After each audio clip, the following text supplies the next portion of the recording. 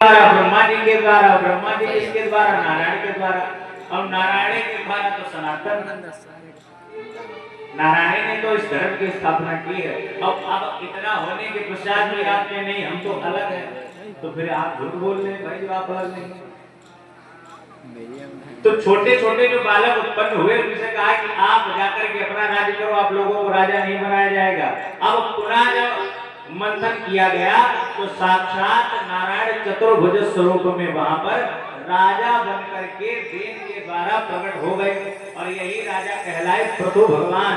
बोलिए प्रभु भगवान की। इनके साथ साक्षात लक्ष्मी अर्ची मैया भी प्रकट है। अब तो जैसे ही पृथु जी महाराज प्रकट हुए तो प्रकट होते ही अभिषेक करने के पश्चात पृथु जी को राजा बना दिया गया। और जितने भी ऋषि मुनि थे, प्रजा के लोग थे, सब बहुत बड़ाई करने लगे कि महाराज आपके जैसा कोई राजा हुआ ही नहीं। क्योंकि सब लोग जानते तो हैं कि नारायण का अवतार है, लेकिन पृथु जी ने भी कार्य तो कुछ किए नहीं। तो हम आप क्या करते हैं? हम आप यही करते हैं कि हमारे यहाँ का राजा कार्य कुछ कर ही नहीं पाता, इससे पहले उसकी इतनी बड़ाई कर देते हैं। जैसे हमारे यहाँ का राजा कौन? जैसे प्रधान। हमारे यहाँ का राजा कौन? जैसे डीएम। ये कौन नहीं, हमारे यहाँ के राजा हैं। और पहले समय में हम इतनी बड़ाई कर देते हैं, महाराज तुम बन जाओ, ये करवा दोगे, वो करवा दोगे। और व्यक्ति क्या है, जब उस पद पर पहुंच जाता है तब तुम्हें भूल जाता है। हम क्या करते हैं? कार्य होने से पहले ही लोगों की बड़ाई कर देते हैं।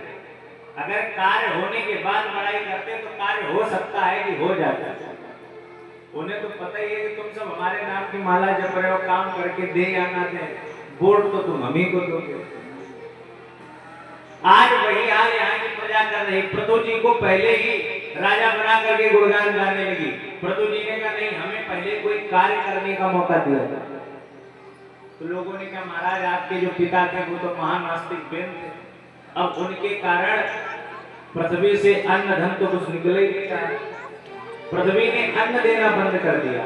जब इस पृथ्वी पर दुराचार हद से ज्यादा बढ़ जाता है तो पृथ्वी जितने भी गुण हैं सब अपने अंदर छिपा लेती है। क्योंकि जो कुछ भी है सब निकलता तो पृथ्वी से ही है। पृथ्वी से ही सोना निकलता है, पृथ्वी से ही कोयला निकलता है, पृथ्वी से ही आप जो खाते पीते हैं सब पृथ्वी से ही तो है। आप 10 दाने डालो, आपके वो 100 दाने बन करके प्रकट हो जाएंगे। करता कौन है? पृथ्वी मैया जो करती हैं। आज साक्षात पृथ्वी का दोहन किया, तुरंत ही आज वसुंधरा को, जो पृथ्वी है, इससे पहले हम आप वसुंधरा कहते हैं। आपने सुना होगा वसुधैव कुटुंबकम। इस दुनिया में रहने वाले जितने भी लोग हैं वो सब हमारा परिवार है। लेकिन जब पृथु जी ने इस वसुंधरा का मंथन किया, दोहन किया, उसी दिन से इसका नाम पृथ्वी पड़ गया। दोहन करने के पश्चात जितना सारा धन खजाना जो पृथ्वी ने छुपा लिया था वो पुनः आज पृथु जी को प्रदान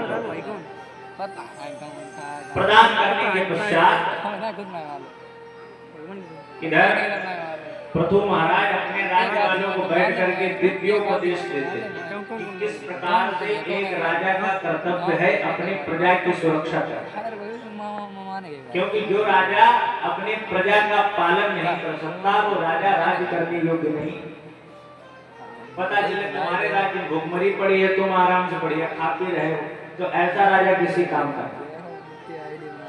अपने सभी लोगों को उपदेश दे ही रहे थे।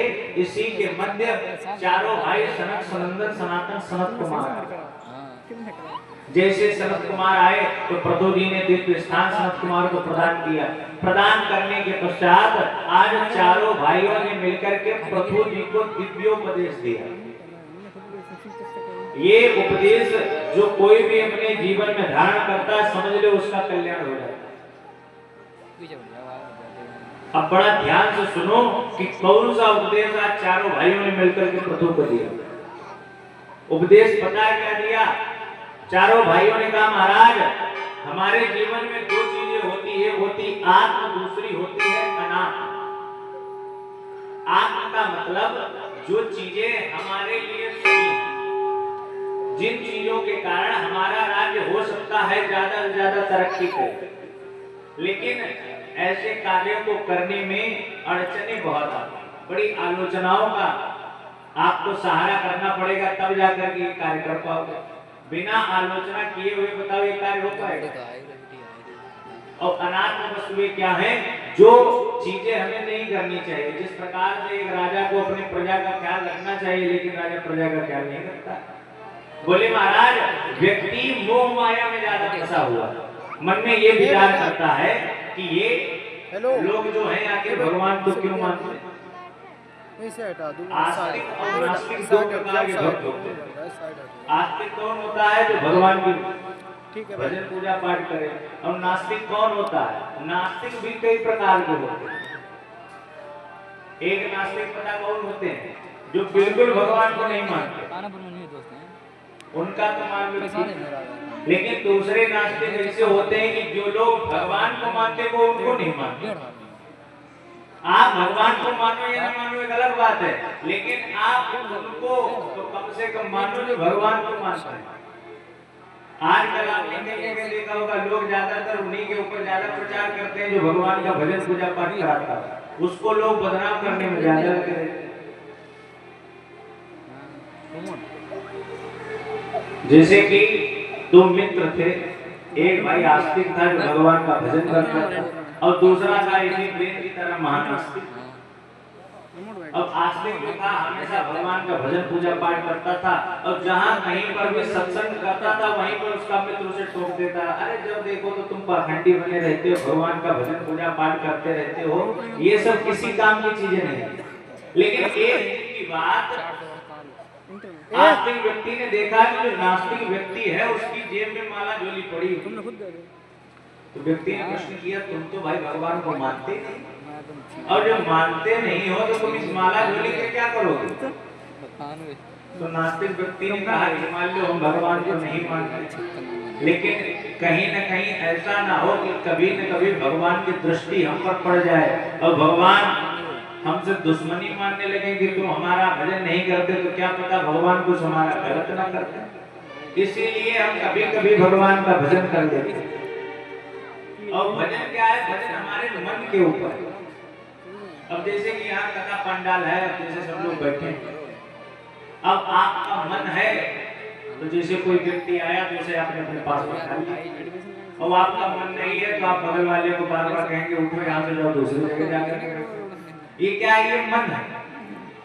जैसे कि रात्रि के 12 बजे कोई जैसे आपके घर आ जाए, आपका मित्र आ जाए, और आप पत्नी जी से कहेंगे जाओ थोड़ा चाय बना के ले आओ, और पत्नी जी का अगर मन नहीं है